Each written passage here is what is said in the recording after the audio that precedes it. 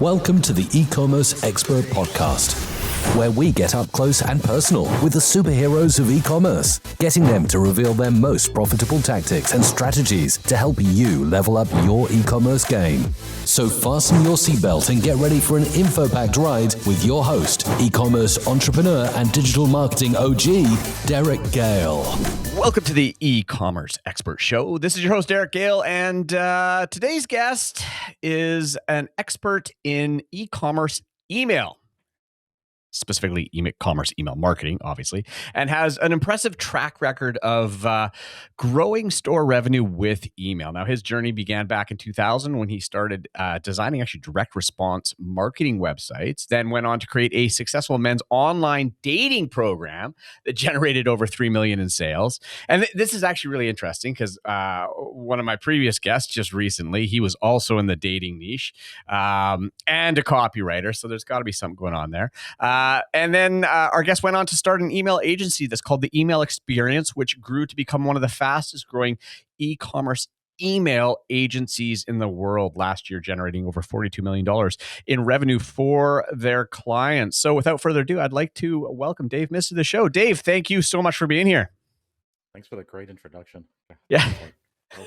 No, so I guess it's official. I got to put the light on in the back.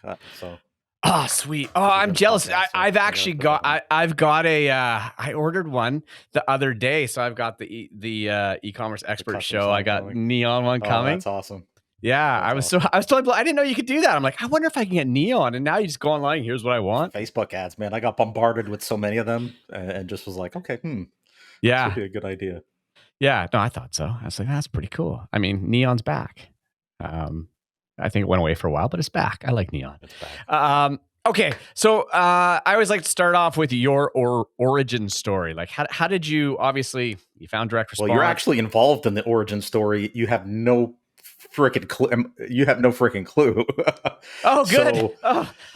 I'm interested to hear it now. So this will like just. I'm like a dinosaur at this point. So I got started back in 2000, 99, 2000. I got the bug of going down the internet and thinking like there's got to be a way to make money with this stuff. Yeah. At that time I was doing, if you've ever seen like Wolf of Wall Street, that movie, or Boiler Room, I was actually doing that at the time in my like mid 20s and was just burnt out with it. So the internet really caught my eye. And I went down the rabbit hole. I found this guy named Mark Joyner.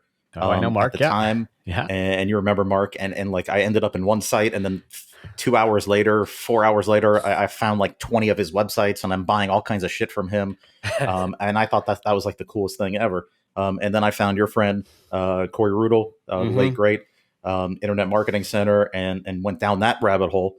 Yeah. And that's how I remember meeting, hearing from you, you were friends with him, and, you took over that whole company and stuff like that. So I remember way back. Yeah. You're like a legend in the space. It's going way back. Yeah. Yeah. Not many that started in the last, I guess it'd be the last century, right? Yeah, I know. We're like dinosaurs. Old. It's like 3 generations ago on internet stuff. Yeah, so I did that. I had a few projects that just didn't take off. I made like $1,000 or $2,000. And then I was designing websites, not making much money. And I'm literally driving into Starbucks, pulling into the parking lot of Starbucks to go work for the day with my laptop. And I get a phone call from some random number in North Carolina, and the guy's name was Armin Morin. I'm sure you remember Armin. I know Armin. Yeah, absolutely. And so this was like 2004 or somewhere around then. And he said, "Hey, I saw your websites, or I saw your work online. I want to hire you to do a bunch of websites for me." And I sent him an invoice, and he never paid it. So I'm sitting in Starbucks thinking like somebody's playing a prank on me. So like for 2 days, I'm waiting for him to pay the invoice. Nobody pays it. And I'm thinking like, this is a prank. He ends up paying it. I end up doing a bunch of work for him. He invites me to one of his seminars, and it just like blew me away. I saw how big the industry was. Yep. And how much opportunity there was. Was that the big seminar? Yeah, it was the big seminar. I think it was like the last one he did in Los Angeles, and it was like 2004. I wasn't making much money, and it was like my parents like gave me the ultimatum, like shit, or like either get a real fucking job or like make some money here. Yeah. And my dad was really cool. He was always an entrepreneur. God bless him. He always encouraged me. I went to Vista Print because they had like the free business cards. And I printed up like 500 free business cards. Does your website suck? Here's my website. I can help you. And then at the end of the seminar, Armin said, does anybody need a website? And he, like everybody raised their hand, and the spotlight like shines on me in the back of the room. And he's like, there's my web designer. Oh. And this is like 2004, like when websites were like difficult to make. Oh yeah. Yeah. When it was, like days of staring at Notepad writing code. It was horrible. Like now it's like, you could do that in like 5 minutes, but back then it was like magic. Right. And so I had like 400 people jumping over chairs to get my business cards. And that's when I saw the real power of how big like this guy was, how big the industry was, how much opportunity there was. Me being in my early mid-20s at the time, I was doing a lot of dating, and online dating was really big for me. I got really good at it and just started putting the pieces together and said, hey, I'm going to start selling this course. It turns out a guy that I knew just from online was working for a guy named Eben Pagan. Yep. Eben had this dating offer at the time. It was doing like $20 million a year from what I heard. Double your dating. He said, double your dating. Yeah. And he said, hey, I told Eben about what you were doing with this online dating stuff, and he wants to interview you. He's like super excited to interview you. So he sets up this interview. The guy's name is Craig Clemens. I'm sure you know Craig, or you've heard of him. He's like one of the best copywriters in the world. At the time, he just started working for him doing like affiliate marketing or affiliate management or customer support. So I did this interview. They tell me that it's going to take off in a few months. And then like 2 weeks later, I get like 500 emails in my inbox, and they're all saying I went to the website from the interview and there's nothing there. And I was like, oh shit, what interview? Like, this was literally like 2 weeks after I did this. They told me, it'll be ready in like 3 months. So I'm like, okay, I've got time to make a website and put everything together. So I was like, oh fuck. I put a website together. I started building a list, and then I had no idea how to make a product even at that point. So I went to my friend's house to use Camtasia because I use a Mac. There was no software for Mac back then. This is like 2005. Oh yeah. I put this product together. I built a list of 1,799 people. Okay. Mm-hmm. And I ended up selling this course for $97 on a DVD. Mm-hmm. I sold almost 395 units the first day. Wow. To a list of 1,700 and change. 1,788 people. Ended up doing $100,000 the first month, and that offer ended up doing like $3 million. I sucked at paid ads. I suck at SEO. I sucked at everything. I was just really, really good with email. Yeah. I even suck at writing copy. Like I wrote the original sales letter and it sucked. I had to hire a copywriter to write it, but for whatever reason, I just was really good at email. Yeah. And that's kind of how, the whole thing started. I started the agency by accident. I met a guy in a Facebook group. I got married. My wife was from Uruguay, South America. Mm-hmm. I met this guy in a Facebook group. I saw that he was also from Uruguay. So I was like, oh, maybe, our families can hang out, my wife, his wife, etc. They're from the same country. So we meet at Starbucks one day. He says, hey, I've got a Shopify store. Shows me the screenshot, and he logs in, and it's like the first 9 days, like $500,000 in sales. And I was like, whoa, like we don't see that on info product stuff like that quickly usually. That's like top end of the market, right? Totally. So I'm thinking like, okay, you're probably spending a ton of money on ads. He shows me his ads manager. He's spending like 5, 6, 7,000 a day, doing like 30, 40, 50,000 a day in sales. It was crazy. Yep. I didn't know anything about e-commerce, but I noticed he wasn't sending any emails. So I wrote 3 emails for him, just a simple abandoned cart campaign for him. A few months later, he calls me, like FaceTimes me, and he's like, Dave, remember those emails you wrote for me? And I was like, I totally forgot. Like it was just 10-minute, 5-minute thing in Starbucks that we did. And he says, I'm going to buy a green Lamborghini. Thank you very much. Here's a screenshot from the account, $300,000 from 3 emails. And he went and bought a green Aventador. And the rest is history. I was like, holy shit. Wow. Like, holy shit, I made this guy like 300,000. I didn't even know really what I was doing. Yeah. And so, that's how I started the agency, really. It was just kind of, at that point, I had the bright idea. So that's interesting. So, I mean, I see it in the e-commerce space too. Even today, there's lots of people that they're not leveraging email nearly as well as they should be, particularly in e-com. On the in my previous life and still a life I live in the info space, email is just a given, right? Like it's just a fundamental part. But for whatever reason, there's this disconnect with e-commerce in so many cases where they're not leveraging the true potential of email. Now, you came from a direct response background, right? Yeah. So how have you adapted that to e-com? It's really interesting because a lot of the things that you think that work that you hear don't work with info stuff is like the exact opposite with ecom. Like a lot of images in your emails, more graphics, stuff like that. So in most cases, not every case, it's more graphic intensive in terms of the emails. But I think the quality of the tools that are available, whether it's like SMS, Attentive, PostScript, Emotive, or email with Klaviyo, the tools are they give you the ability to do the things that you need to do. And I just haven't really seen that for the info product side, to be able to execute those type of things as well. So I think there's a gap just on the tool side.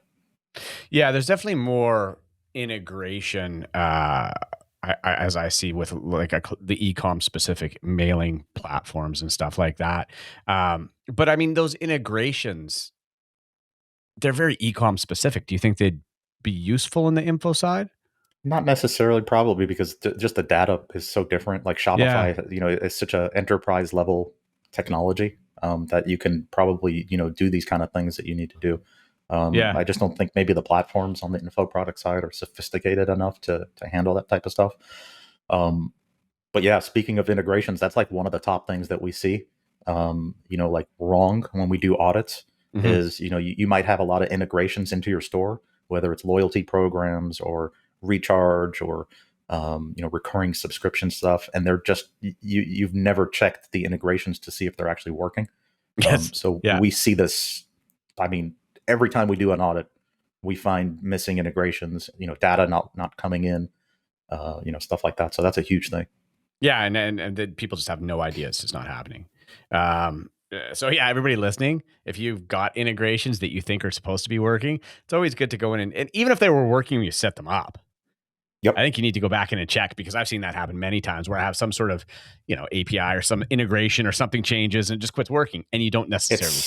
It's software and hardware and technology breaks. Like Zapier, for example, you can have a Zap working and then all of a sudden it just stops working on one step. It just disconnects from one step and that happens. So you just have to constantly have it in your SOPs just to have somebody on your team, a tech or somebody just checking those things consistently.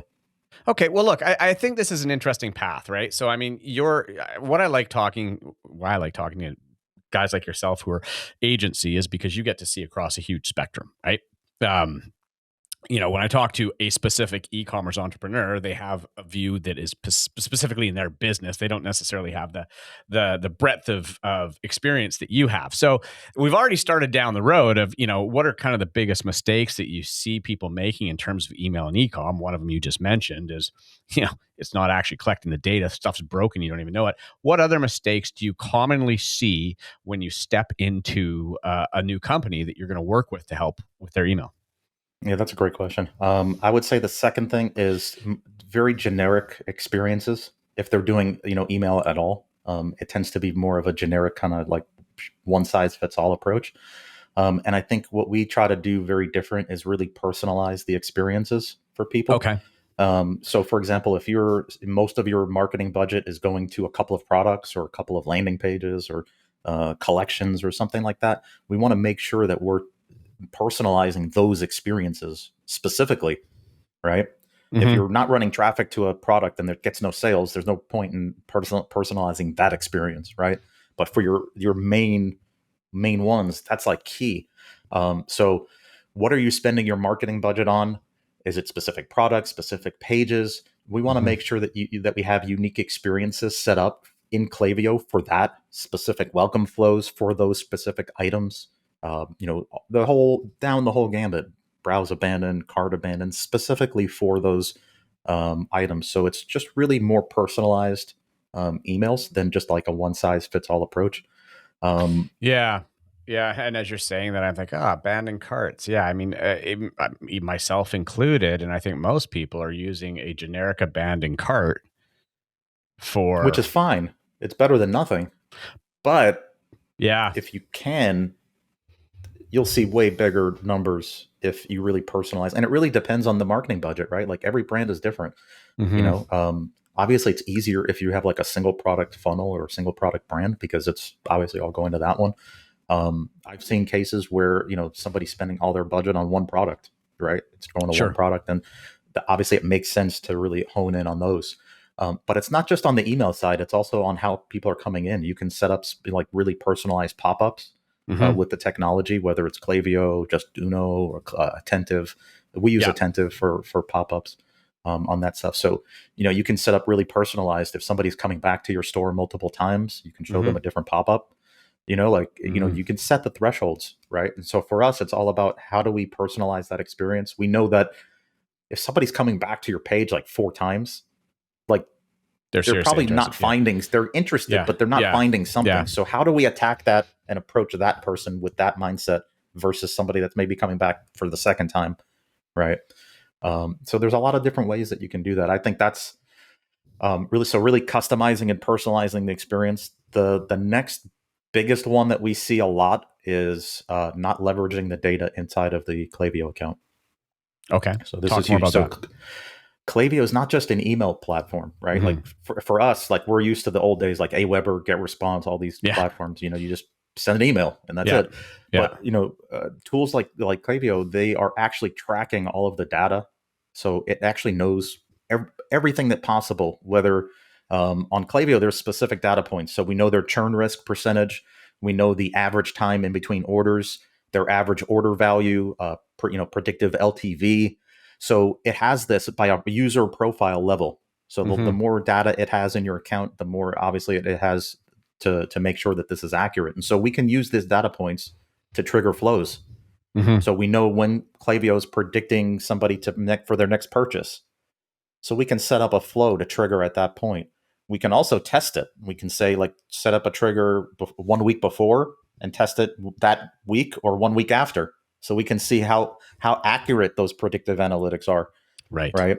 So there's so many things. I mean, we can go down that rabbit hole for that kind of stuff, but that's the technology that gives you the capability to do these things. If you don't have something like Klaviyo, you can't do that kind of stuff. Right. It's just a pipe dream. So, I mean, Klaviyo and Shopify are the obvious pair because they, one was built for the other. And they're both relatively mature. In the e-com space, is there any other email platforms that you like that also offer that kind of functionality? Just out of curiosity. The only one that I've seen from at least my co-founder and the team was Attentive is coming out, or they just started releasing an email platform. That's our preferred provider for SMS. We highly suggest them to every store. We're seeing a higher ROI with them. Than the other platforms. So that would be the. So you just mentioned something SMS. I guess you're the email experience, but I got to think SMS is playing a significant role in that as well, right? Huge. So I've tested some SMS stuff. My experience has been email still seems, from my experience, and I want you to share yours, and because maybe I'm doing something horribly wrong, email continues to outperform SMS. The only I actually surveyed in a e-com group that I was like, okay, well, what kind of results are you getting off of SMS? And I swear, 99% of the people are like, yeah, I just use it, for delivery notifications and order confirmations and stuff like that. Right. I feel like not using it.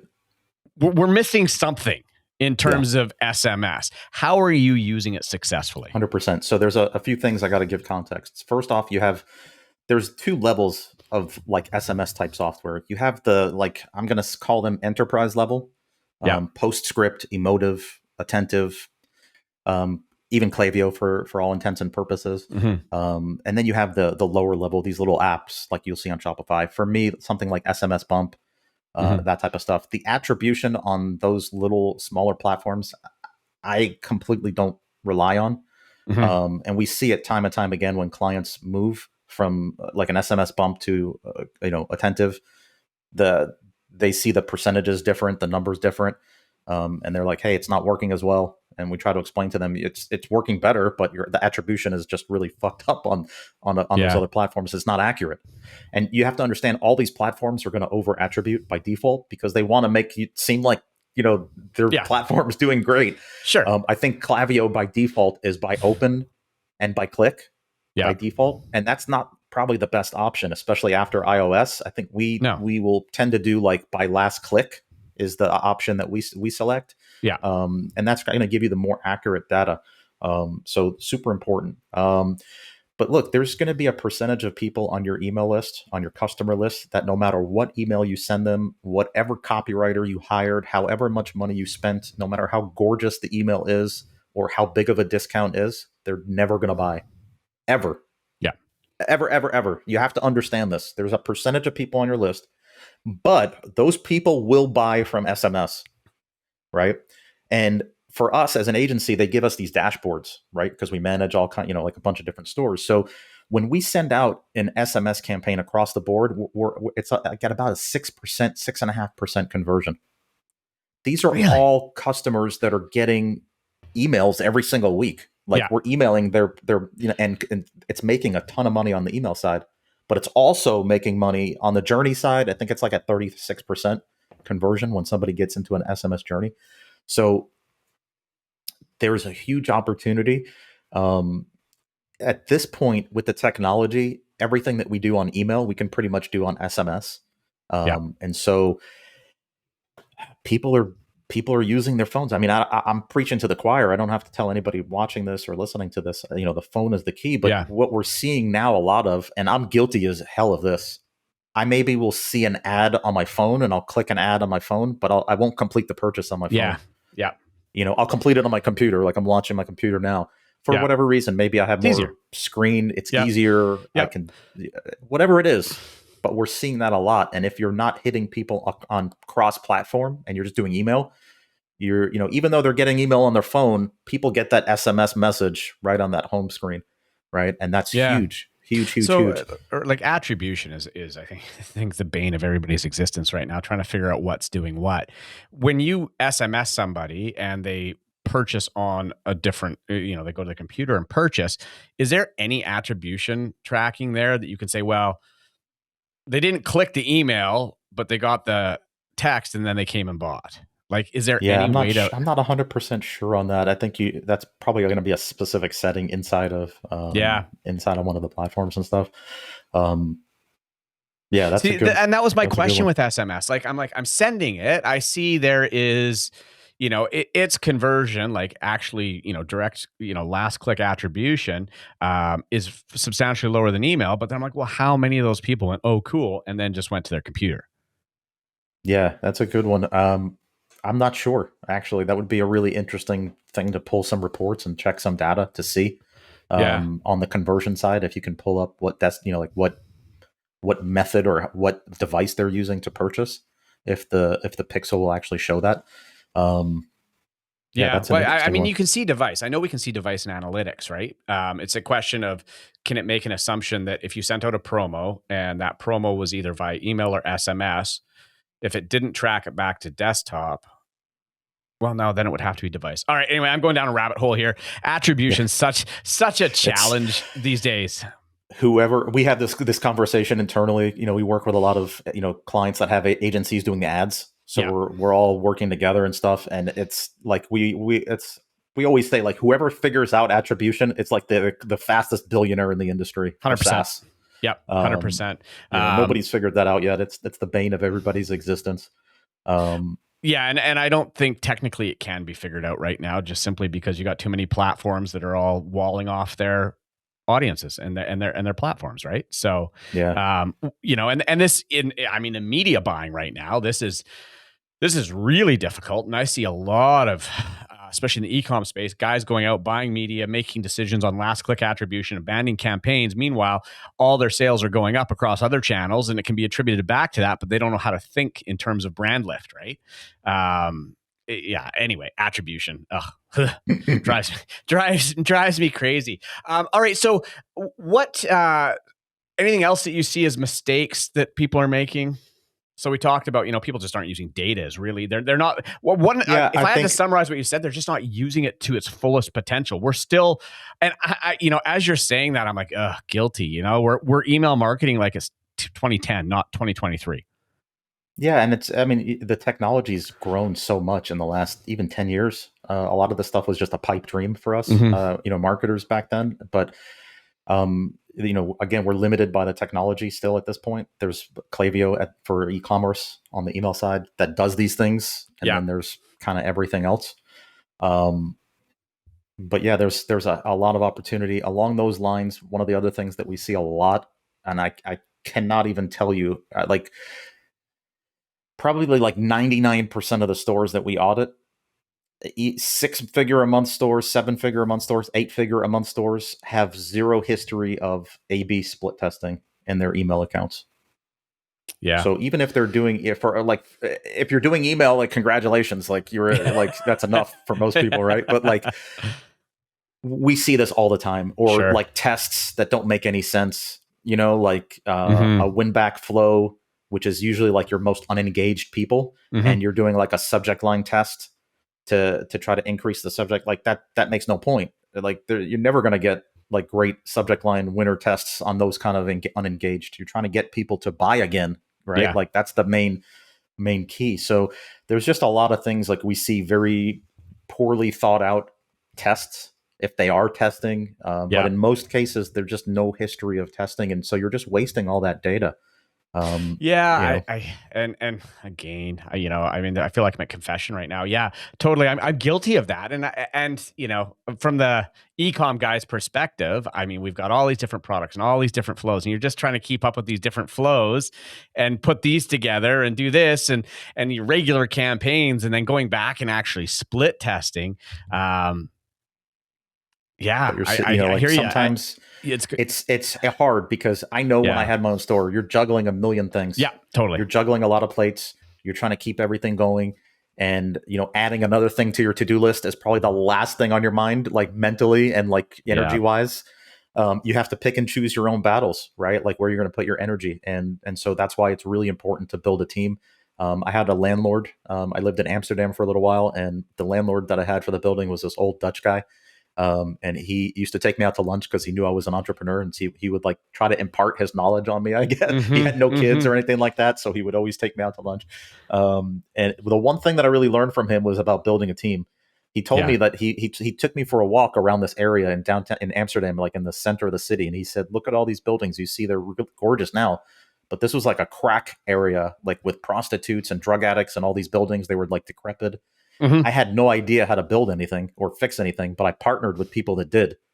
And I partnered with one person who worked with the city who was able to get us permits. I partnered with another guy who owned a construction company who did this, And I only did what I was good at.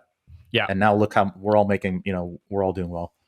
Yeah. And so it really always struck home for me, like I know we always hear about outsourcing in our industry and stuff like that, but that conversation with him really stood out to me, about the importance of building a team. In order to, accomplish things. For sure. So, and that's an interesting one. In terms of working with agencies, I see a lot of people reach out to agencies, start working with agencies, and they struggle. And it's not necessarily the agency's fault. I think people, come in with expectations that are out of alignment. So if somebody was, from your perspective on the agency side, what do people need to be doing to be successful working with an agency? We see them all shapes and sizes. I'm giving this a little bit more thought, because it's a really it's a deep question. There's a lot we can go a lot of different ways with this one. And it's pretty broad and general, and there's probably a lot of different answers. Yeah, there's so many different answers. I would say number one, at least for us, we look at revenue, right? Like for me personally, I'm not in business of taking anybody's money and not delivering ROI. Like I never want to have that situation in my agency.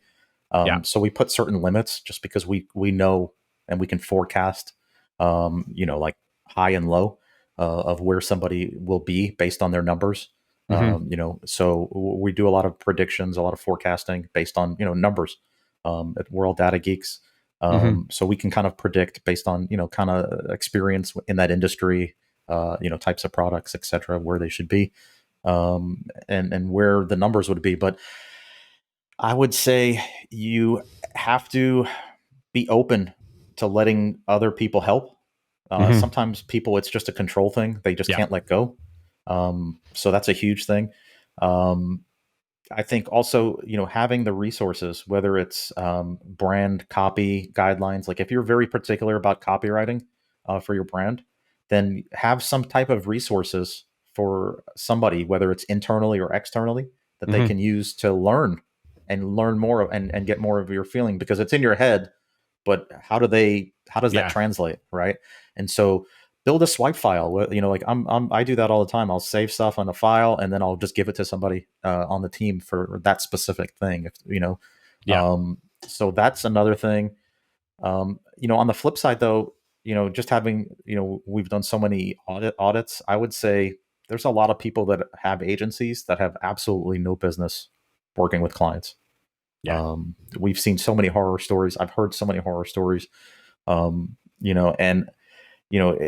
When you're working with clients, it's not your business. Somebody else is trusting you with their business. And it's you cannot take that lightly at all. It's like, for us, we take that more serious than if it was our own business.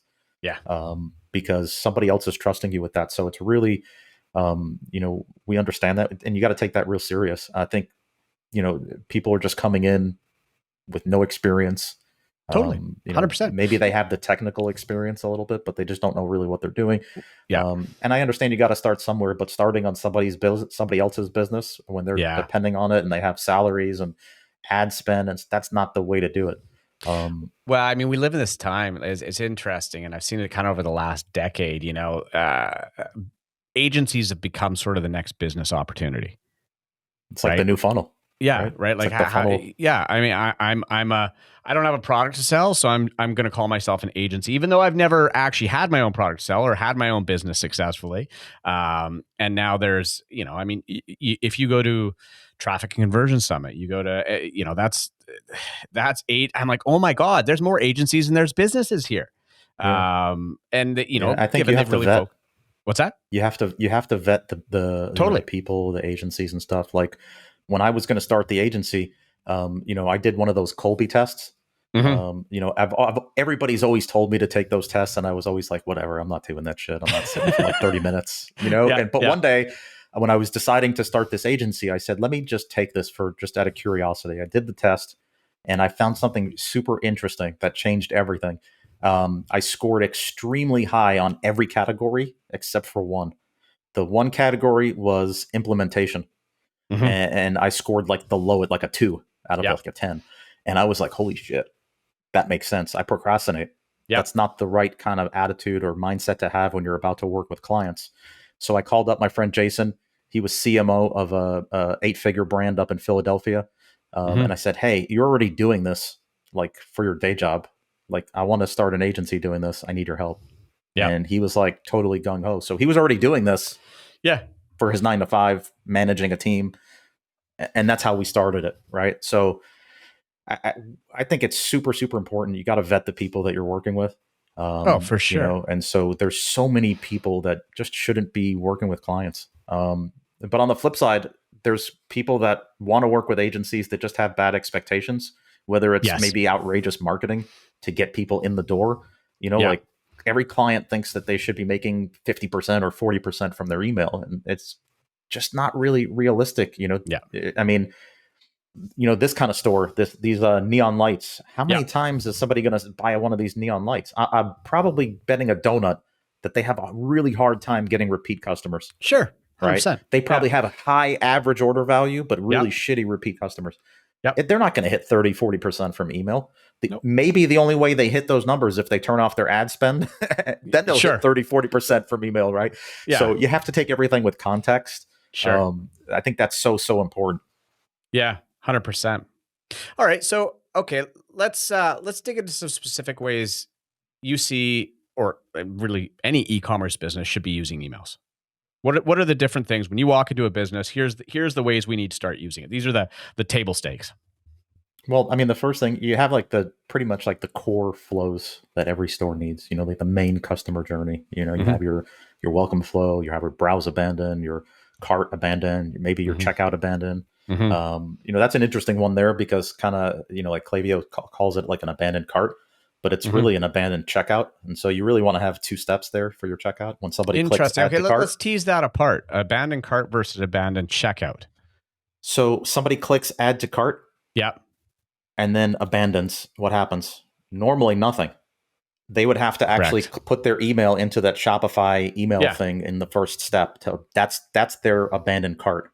Yeah. But if you add a little bit of code to your theme, when somebody clicks add to cart, that can trigger another flow. So you have all those flows beforehand.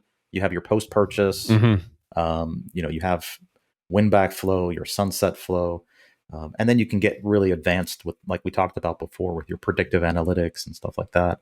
So that goes really, really deep, down the rabbit hole. Obviously, you need to have Klaviyo installed for a while. You need to have some data. It has to have collected data for that to really work. So from there, I think it's really about building. Everything should be built with split testing built into it, baked in from day one. Right. So it's not just a set it and forget it thing. People have that mentality. I know it sounds sexy to sell it as like a set it and forget it kind of thing, but it's the farthest thing. Just like your A/B split testing your ads all the time, we're doing the same thing on the email and the SMS side. Same exact methodology, just a different application, different channel. Same thing. If you don't test your ads, you're going to wake up like 2 weeks later and your Facebook ads are going to, like no sales. You're going to be like, what the fuck? Right. Yeah. Same thing with email. It's funny though. I mean, and maybe it's because with ads, there's cash going out the door. Every time that damn thing displays, there's cash going out the door. I think because email, they're like, oh, I can always send another one. There's just less. It's faster. When you see on the ads, you see it like if you didn't get any sales tomorrow and your ads went to shit, you would be like, oh fuck, right? Like, well, yeah, and you're automatically looking. I just spent $500, made nothing. Right. Emails. You don't think of it the same way. No, you don't think of it the same way. But in reality, yeah, I mean, it is the same thing. Yeah, it's just a different application set. We're doing the same methodology. So obviously bake in split testing into everything that you're doing. And then the third thing is really just consistent emailing. Sometimes you if you have a big promotion and you make good money on a promotion, send it again, right? Yeah. Like retarget. What about all the people that opened and didn't click? What about the people that opened, clicked, and didn't buy? How do you speak to those people slightly differently to squeeze out an extra 10, 20, 30% out of a campaign? Sure. So we see that a lot, like just really sporadic emailing. And maybe you're doing good numbers on your emails, but maybe you're only doing like 2 emails a week. And if you just up the frequency, you're upping the revenue significantly. So that's an interesting one. I think if you're on in my health ecom business, you're going to get at least 1 email a day from one of my brands, right? Like that's the frequency we're at, sometimes more. And it's interesting. It seems like the more money you make, or the more you email, the more money you make. And the attrition isn't actually that affected. I've never pushed it to the point where I went, oh, my unsubs are really jumping up. And I get up to, 1 to 2 a day. Have you hit that threshold yet, or does it differ from market to market? I think it market to market, but I also really think it really depends on your traffic strategy. If you're really aggressive on buying traffic and you're aggressive on that side, then you're able to replenish that list at a much faster rate than somebody that's not. So if you're we have clients that don't spend a lot on ads but have really high revenue, just because it's just their customers are rabid fans and they buy everything. And so for somebody like that, maybe it's a little different because they're not going to replenish the list as fast, so they might burn it out. So I think it really depends, and then it depends on your product catalog. Right. Like if you only have like 3 products, like you're going to burn through a list super fast.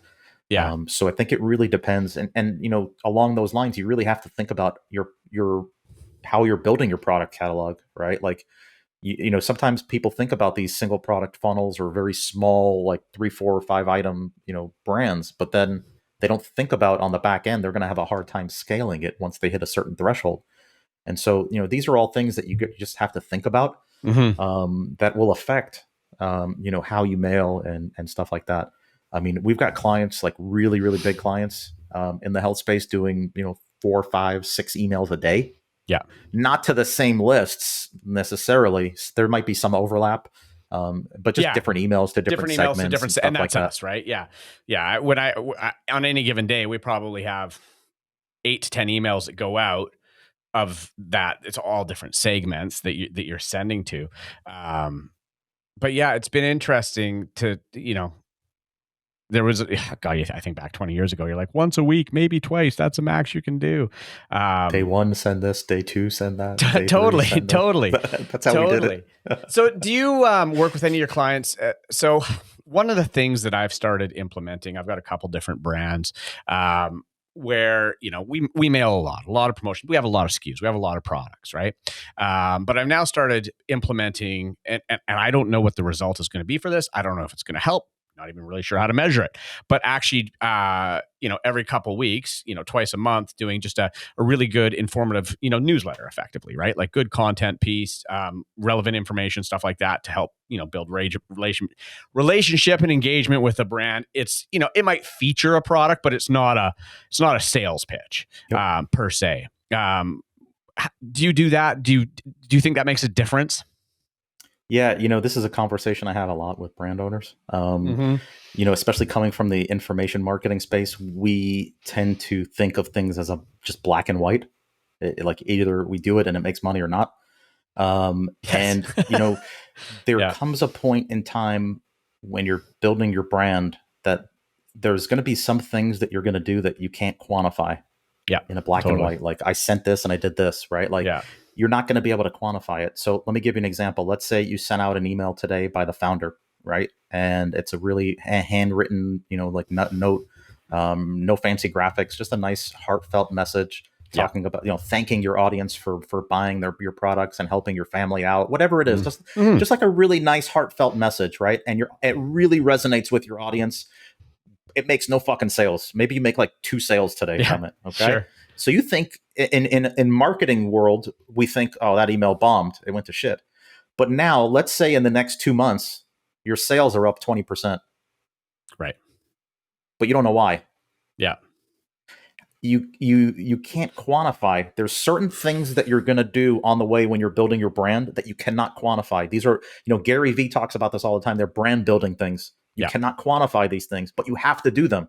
Yeah. Right. Because it's like the ripple effect. The drop goes in the water, it ripples. And so it starts from that drop. And so, obviously we're in business to make money, so you have to send emails that make money. But every so often, you have to shift gears. Sports. They talk about this a lot. To use a sports analogy, like basketball. I'm a big basketball fanatic. In the beginning, when a player goes into the NBA. They talk about how fast everything is. Everything's fast all the time. And after like 3-4 years in the game, they realize that the game starts to slow down. Yep. And they talk about this all the time. You always hear this. They're able to shift gears. And they learn that they're able to go fast and then go slow at certain times. Same thing with like a brand owner. You have to realize that at certain times you're going to have to shift gears. Some things that you're going to do, you're not going to be able to quantify, right? Yeah. Like we had a client, Obvi was the supplement brand. And they did this awesome promotion with Enterman's cakes. I guess they had like a flavor of their protein powder or collagen powder with Enterman's. So they did like some kind of co-branding or something. And I remember on social media, they had these videos. They had like, they hired actors dressed as like old school Enterman's like delivery people. And they were running around New York City with these old school like cases. And it had like samples of the Enterman of their product. And they were giving them away to people, and they were videotaping this like secretly, and people loved it. Yeah. How on earth are you going to quantify that? You're not.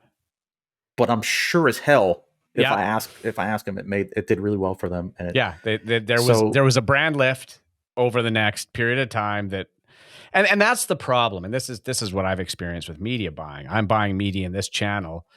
All other channels go up, but there's no direct attribution. And this is the state of e-com right now. So you're right. How do I quantify what I'm doing with these newsletters and with these I can't. There's some tools. I know we had a client, Optimize X is the tool that he built for his problem. He had a similar, I guess, situation with attribution with Facebook and iOS, and he just built a whole attribution platform for that. Obviously, I don't do media buying, so take whatever I say on that side with a grain of salt. But yeah, I would check that out. Yeah, I mean, at the end of the day, what I've been able to do is, and you still can't beat it, is Google Sheets, pulling in data from multiple sources and modeling it. Because all the systems just don't talk to each other anymore, and you've got to have built-in assumptions and stuff like that. Yeah, as long as you have your one source of truth, and you can put everything in that one source, and then you can analyze everything from there. That's, whether it's that or Triple Whale or Optimize X or Klaviyo or Attentive, whatever it is, it's got to be that one thing, one single source. Yeah. Super important. All right. So, well, look, as we're coming to the end here, you gave me a lot to think about. and I know, there's a lot of listeners out there that are probably like, wow, there's a lot more we can do, because, I see it all the time. Email marketing. We're still doing Everybody thinks that they're doing it. I hear it all the time. Like when we do outreach, I'm doing it. Yeah. Nah, I don't need any help. And you look at their email in the store and you're like, holy fuck, you're telling me you don't need help? Like, dude, I can tell right away there's 4 things you need help with. So we think that we're doing it, but doing it and doing it well are completely different things. Well, and there's different levels. When I took over this health company, it was doing literally like $4 or $5 grand a month in email. Okay, it was terrible. Their list was dead. Their deliverability was crap. Blah blah blah. And they were mailing like 200,000 people. When I took it over, I pared down the list to literally like 30,000 people that were engaged, were active. Immediately, like within the first month, fixed deliverability, started actually marketing to them.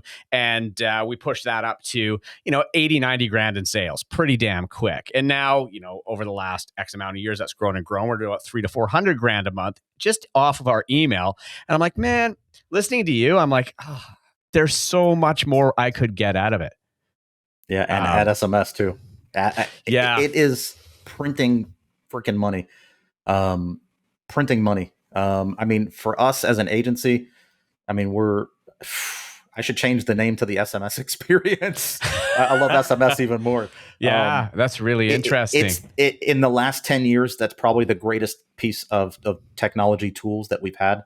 I know, everybody was hyping up Messenger and Messenger bots, and Facebook fucked everything up on that side. Yeah. SMS doesn't have those restrictions, other than CBD and cannabis and that type of stuff. Other than that, you're safe. And what is the one thing we do read all of? Our SMS messages. Why? Because it's not like email where you have 1,000 of them hitting your inbox, right? And again, like I said, I surveyed this ecom group. Who's using SMS successfully? Crickets. People have tried; they're just not getting the results. And then when I listen to you, I'm like, okay, well, that's because we're using it wrong. So, I almost feel like maybe we should do another episode down the road and just go straight into SMS. I'm going to bring in Jason, my co-founder. We got to do a call with him. He could literally just talk about this for like 200 days a year. Really? Like you'll have to shut him up. He could just talk for hours about this stuff. Yeah. All right. Okay. I'm going to hold you to that. We're going to do another episode. We're going to go deep on SMS because you're raving about it. Everybody else is confused by it. We got to solve that problem. So let's do it. Okay. So before we wrap up, Dave, where can people connect with you, find out more about you? So 2 places. Number one, we have a website. It's called theemailexperience.com. And then on social media, Dave Miz on Instagram or Facebook. Brilliant. Awesome. Thank you so much, sir, for taking part here today and sharing your wisdom.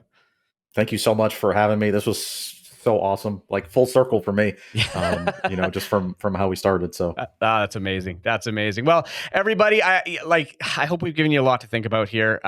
Email is my highest margin channel. It has been for a very, very long time. It's what allows me to spend in my market. What allows me to outspend my competition on the front end on advertising. Why? Because the more you can leverage out of it's LTV. right now, email is responsible for like 80% of my LTV. And apparently SMS should be contributing to that as well. I just got to figure that out. So guys, think really hard about this, because I know there is revenue in there that you can squeeze out of your e-com businesses if you dig into your email. So this episode is a wrap. If you like what you heard, please leave me a rating or review on your favorite podcast platform. And we'll see you again real soon in the next episode. Thanks for tuning in to the eCommerce Expert Podcast.